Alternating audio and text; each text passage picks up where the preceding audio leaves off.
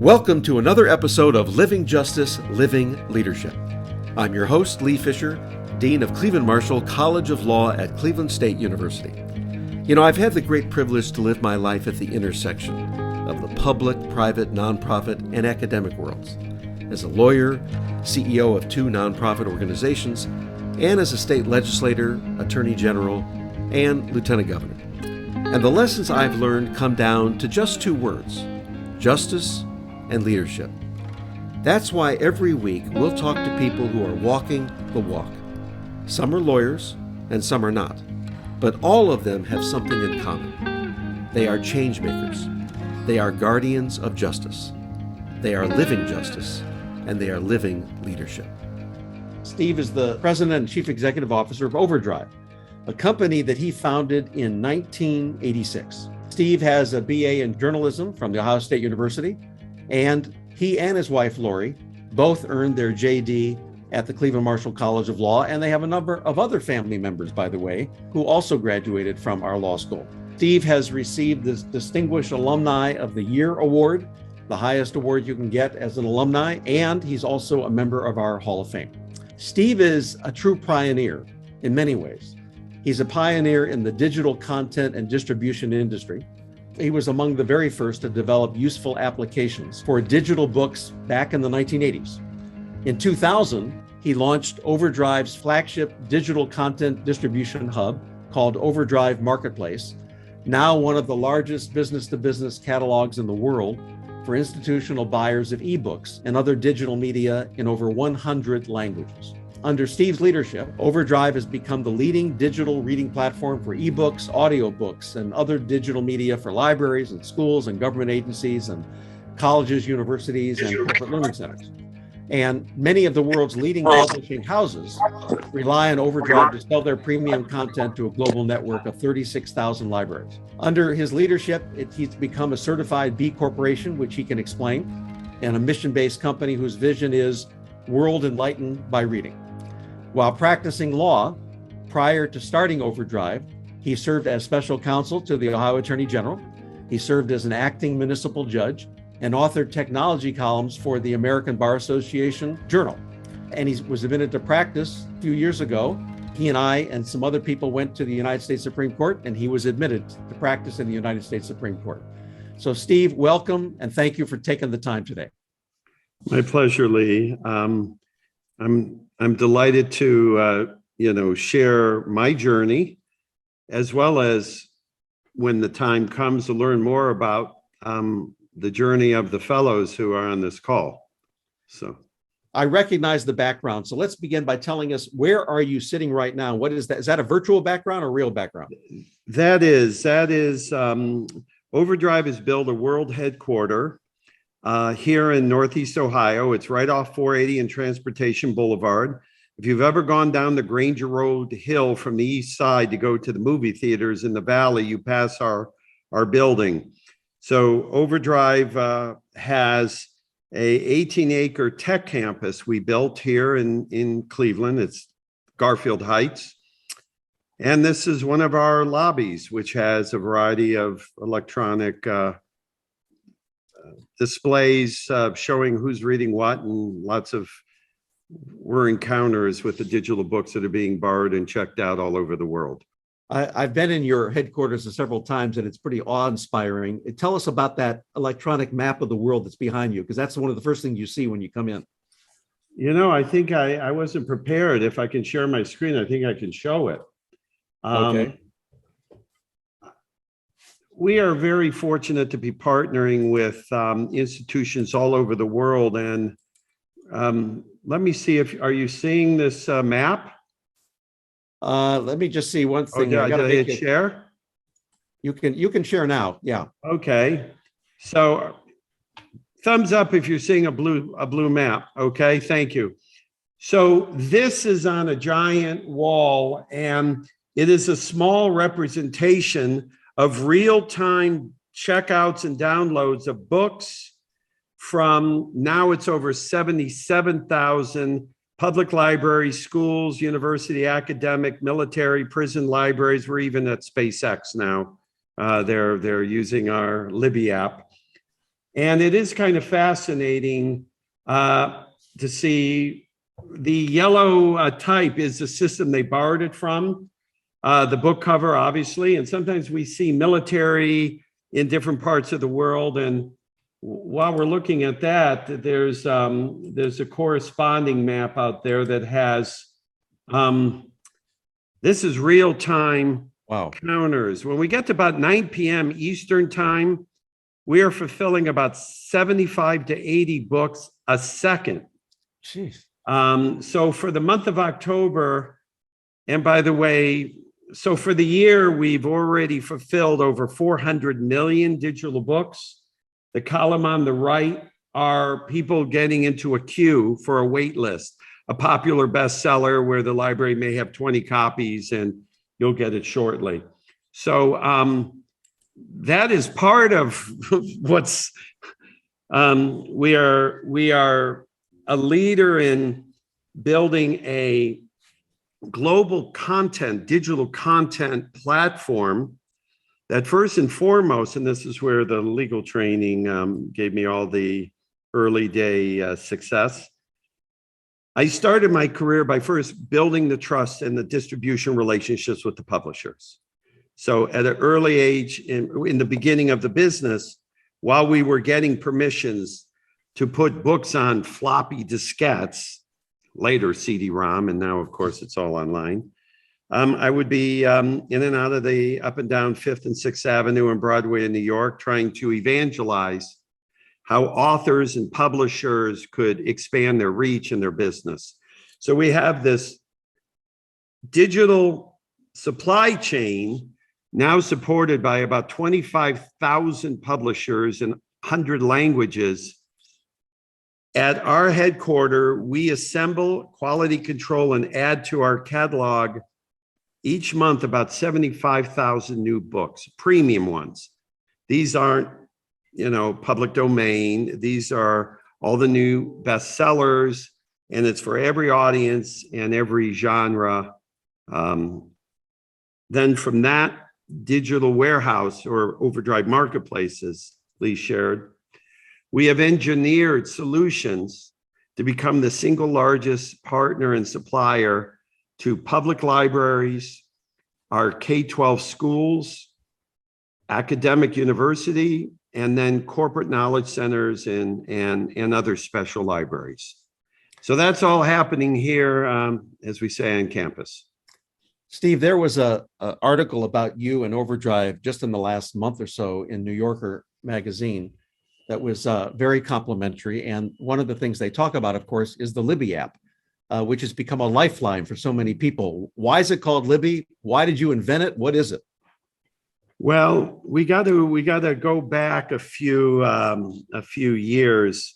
Okay. When we were originally evangelizing that you can read a book on a computer screen, on a notebook, or on a mobile device. When we did this, by the way, we started years before Kindle was introduced. Amazon introduced Kindle in 2007. It really, ebooks or reading on a screen didn't become a real consumer thing until really Apple introduced the iPad. And then you had color and you had graphic magazines and pinch and zoom. So we were well before that, and our earliest OverDrive apps went through so many iterations. If you wanted to download and read a book on a mobile device, you really had to want it because it was like 20 steps. Installing Adobe third-party DRM. You might need some cables, side loading, which those words I never want to hear again. So we built the business and launched the market with legacy OverDrive Media Console, then the OverDrive app, which is still available in the app stores. And we had to evolve where we had a decade where folks who saw the library was getting new books, new ebooks and audiobooks, and there was millions of users say, I tried it, it's too hard. So we had to say, we need a fresh, this is marketing and branding opportunity. We needed to make a fresh break. And so and in developing Libby, Libby, the app is free, the books are free. You can get a library card instantly from Cuyahoga County or CleveNet with your mobile phone number. We do that too. So Libby, we needed a fresh brand, a fresh approach, and we went through a lot of research and focus groups. And Libby, if you've seen Libby, it's a trusted friend who you go to find you what's next to read and let you know when it's your turn, or put that hold on wait, or now you can automatically get notified when the new New Yorker is available. Automatically, Libby will say the new issue's out. Boom. So there's a longer story for that name, but it has been pretty broadly recognized as one of the best ways you can benefit from a book on the screen or a book you can listen to. And our magazines are killer also. They're just great. Is it important that Libby be associated with OverDrive, or is that not important to you? Well, our business is a B2B business. So I serve these major institutional agencies, 90% which are government agencies. We are all over the world. I just left a global library strategy meeting, and we have a team of lawyers here and all around the world that are involved with RFP, bids, tender processing, regulatory compliance. So the OverDrive brand is very well recognized by the librarians, the institutions, those that are our customers, but we're competing for the consumer. And if we want Libby to be as popular as Waze or Spotify or Kindle, we have a whole team here that is our B2C, direct consumer marketing. We're on TikTok. So we don't need to tell the TikTok generation about OverDrive. They're not actually going into the catalog to buy collections of subscriptions for books. So Libby is a consumer brand, and we're all in on this consumer campaign. You mentioned you have lawyers. You have a legal department. Some of our students are interested in getting into a law that is interfaces with technology. So tell us, how many lawyers, what do they do? And is there an opportunity for our students, if not with OverDrive, with similar companies? Absolutely. And of course, we employ a variety of local outside counsel. So when we first started, there was basically heavy transactional work, contracts, renewals with the publishers and the supply chain, transactional work in the tech space with the third-party platforms and all of the supply chains of digital media, digital content, cloud-based services. But over the last 5 years, I think we've added about 3 to 5 in-house attorneys. We just recruited a governance and data privacy attorney, because governance and data privacy isn't just like good to have. It's mandatory and it's regulatory compliance. The legal department, when I'm around, they line up all the things that I have to personally sign, because some of these local, state, county, California, New York, international regulations for protecting the privacy of a student in a classroom, there's more than civil penalties attached to some of these if you mess up. So data governance and privacy has been an area which we pulled together a task force. That's one area. The other area has been in now just grant writing. We've seen not grant writing, it's more of regulatory processes. So thanks to the current administration, over the last year plus, we had the American Rescue Plan, the CARES Act 1, CARES Act 2, ARPA, the Education Stabilization Fund. There's a whole acronym soup. Thanks to legislative approval, there's been billions of dollars allocated under different buckets of funding for infrastructure, for broadband, for building our schools, for pandemic relief and recovery. We actually negotiated with our publishers that to meet the federal mandates for these federal funds, and there's another level of complexity. It's almost like the vaccine distribution. Federal government pays for it, produces it, and ships it to the state. But every state, what they do with it, it's a quilt work. Because so all of these monies are going to the states. The states are coming up with their own process of distributing funds down to the communities or to the state agency. We were fortunate in a few places. By being proactive, we went to the state Georgia, and I said, that's a lot of work to get all these schools and libraries to get all the digital books that the kids need, as everyone's a virtual learner and distance learning. We can facilitate. Just give all the funds to us, and we'll distribute it to every Georgia public library and school. They said, well, that's a wonderful offer. So, I mean, if we didn't have the legal team to go through the, in some cases, the administrative process and really digging in. So that's another area where we've recently, and of course, we have the normal, just as a growing business. We've just this year, we completed 2 acquisitions.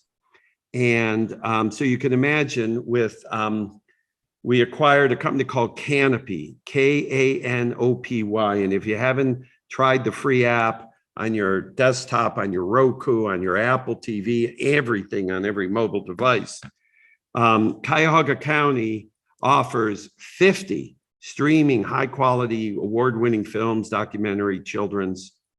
It's free, with your library card from County Library. So we're busy. So those are just some of the stacks of work that Erica Lazaro, who's a Marshall grad, is our general counsel. And she's the one helping us try and keep pace with all of this. And it's not only here. We use a lot of outside counsel for all the international work because we are engaged in, we probably had 2 years just on the new European privacy regulations and compliance. There's plenty out there. So, Steve, let's rewind to your days at Cleveland Marshall, where you met your wife, Lori, and where I think it's fair to say you wouldn't be the success you were today if it weren't for those years in law school. So tell us about your time at Cleveland Marshall.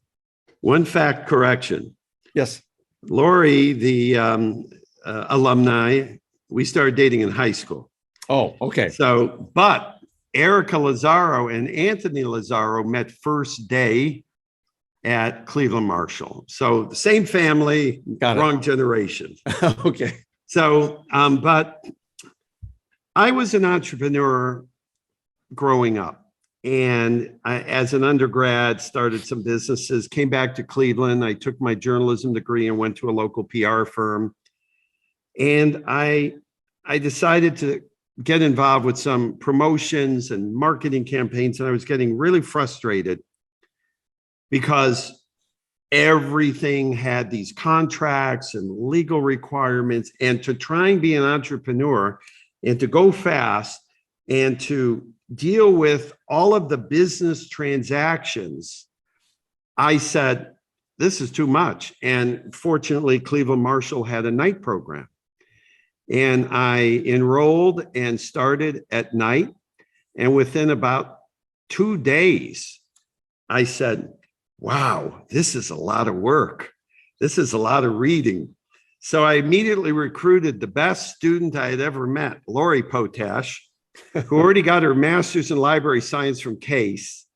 And I said, you got to enroll in law school and you have to take the same classes because I got this entrepreneurial business I'm playing around with.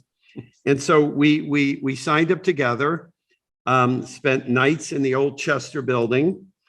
And it really was during a time where it was early days of some of the work that led to the founding of OverDrive. I started 1 or 2 businesses, something else, which is, one day for the archives.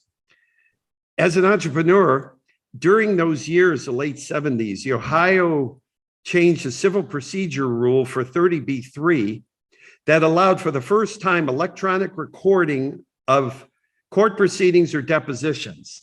And I always had an AV interest. I'm in digital media. I like sound recording. I played around with all that stuff. I said, what? What are the requirements?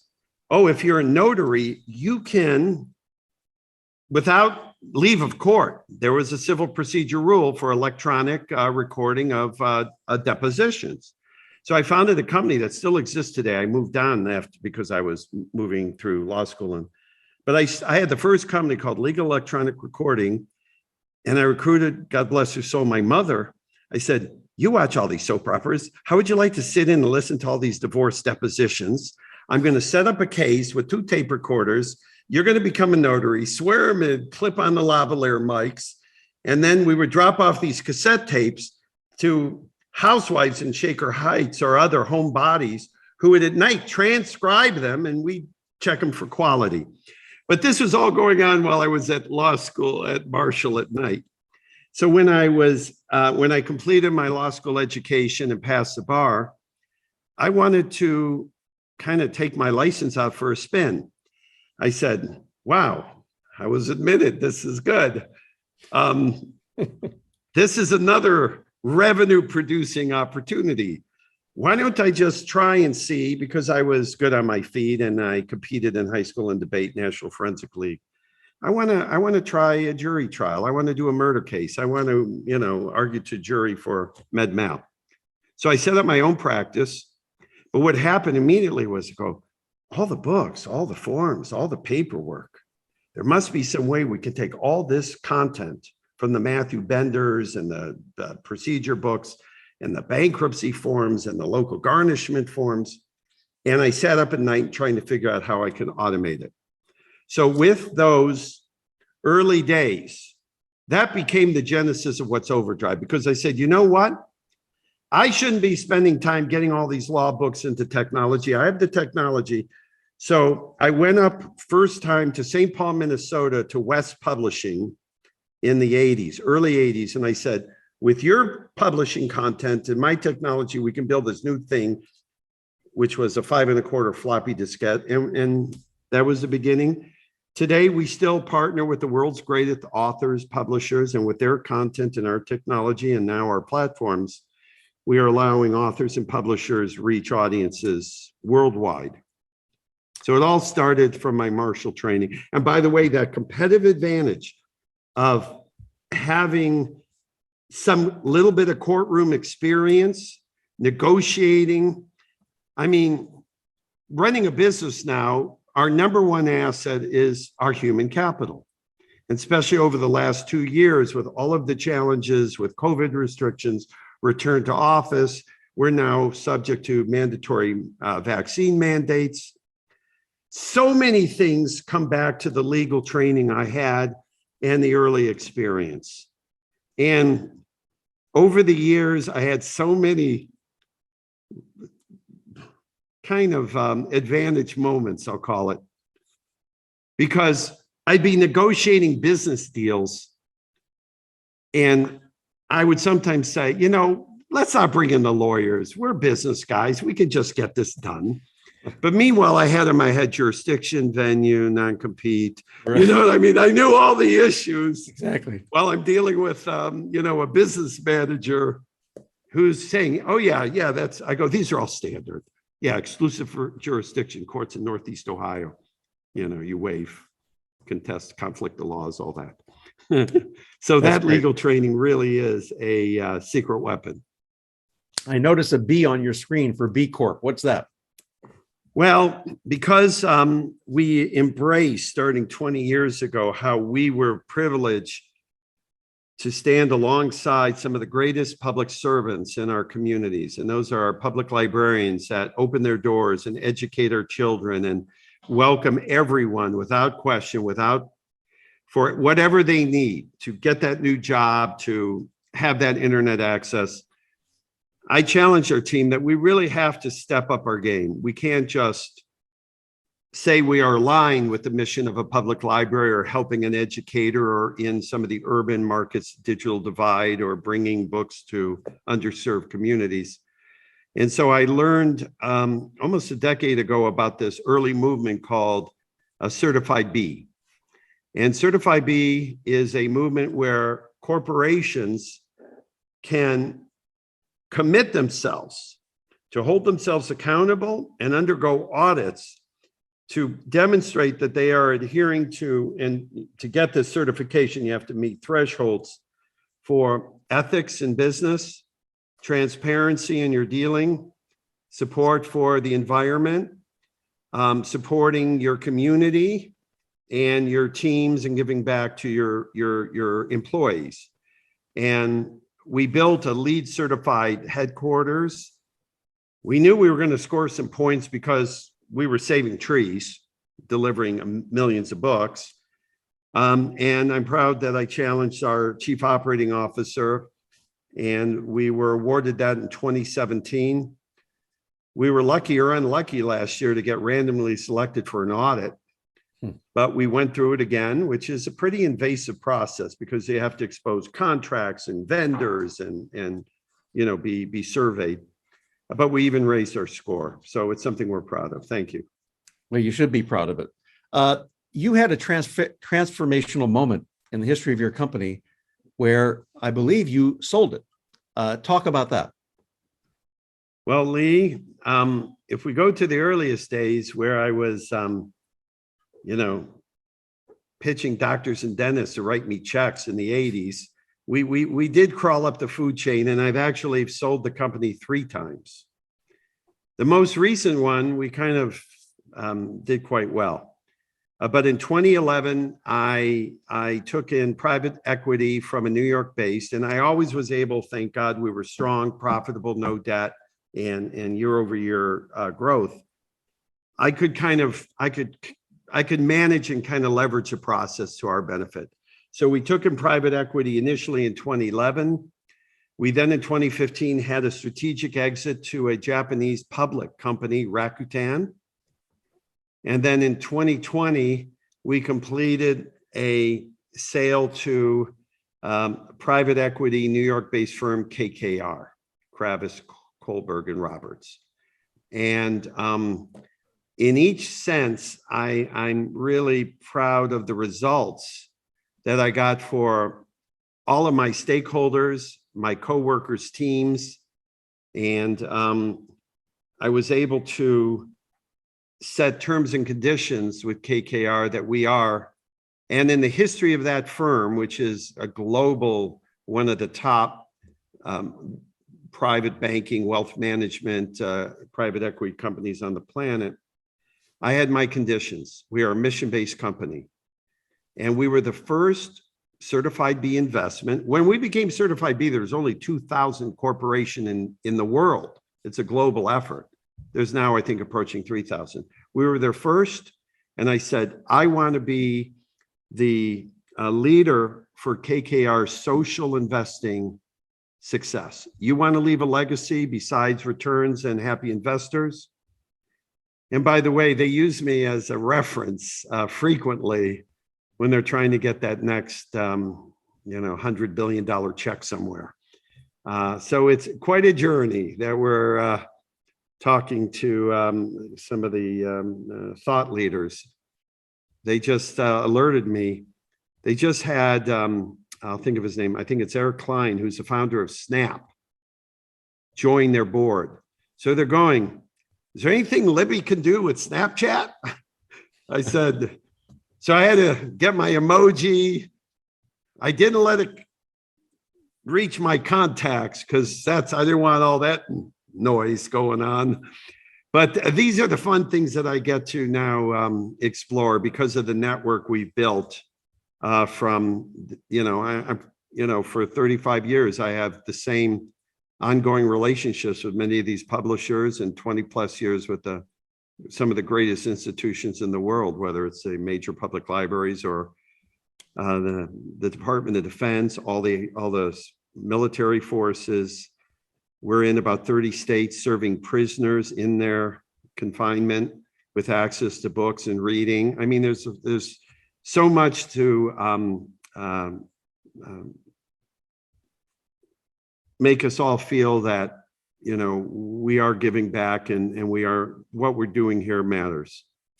Steve, there are many CEOs who sell their companies like you have, and then they either retire or they go into philanthropy or they start a new business, but you're still the CEO. Explain that. I don't know what else to do. And, you do what you love. I was just in Columbus for Wednesday, Thursday last week at the convention center for the first in-person meeting of the Ohio State Librarians. And I was there with Wendy Knapp, our Ohio State librarian. And if you ever,